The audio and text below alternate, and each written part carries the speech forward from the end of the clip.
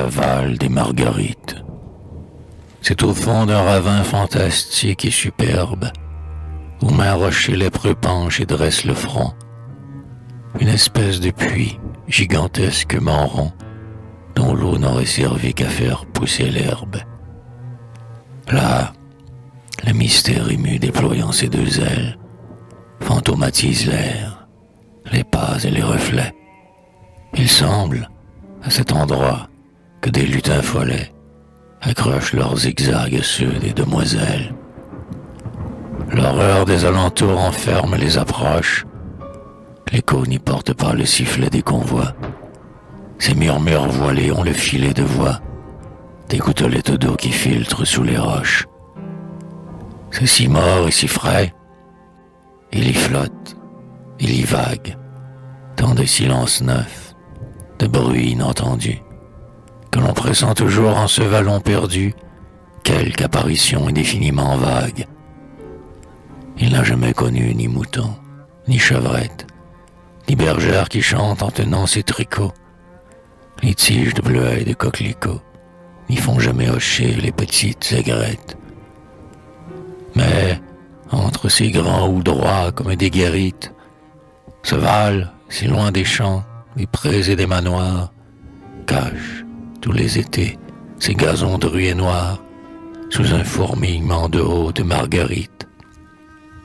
Cœur vibrant et muet, innocent et paisible, où chaque pâquerette, à côté de sa sœur, a des mouvements blancs d'une extrême douceur, dans la foule compacte et cependant flexible. L'oiseau, pour les frôler, quitte l'orme et l'érable, et le papillon gris, dans un molle unisson, y confond sa couleur, sa grâce et son frisson, quand il vient y poser son corps impondérable. Le gnome en phaéton voit dans chacune d'elles une petite roue au moyeu d'or bombé, et le sylphe glissant pense qu'il est tombé sur un nuage ami de ses battements d'ailes. La nature contemple avec sollicitude ce petit peuple frêle, onduleux et tremblant, qu'elle a fait tout exprès pour mettre un manteau blanc à la virginité de cette solitude. On dirait que le vent qui jamais ne les froisse veut épargner ici les fleurs des grands chemins, qui plaisent aux yeux purs, tentent les tristes mains, et que l'amour peureux consulte en son angoisse. De l'arôme ne sort de leur corolle blême, mais au lieu d'un parfum mortel ou corrupteur, elles soufflent aux cieux la mystique senteur de la simplicité dont elles sont l'emblème. Et toutes, chuchotant d'imperceptibles phrases, semblent remercier l'azur qui, tant de fois, malgré le mur des rocs et le rideau des bois, leur verse de cyprès et lointaines extases. Avant que le matin, avec ses doigts d'opale, n'ait encore essuyé leurs larmes de la nuit, elle ferait songer aux vierges de l'ennui, qui s'éveillent en pleurs, et la face plus pâle.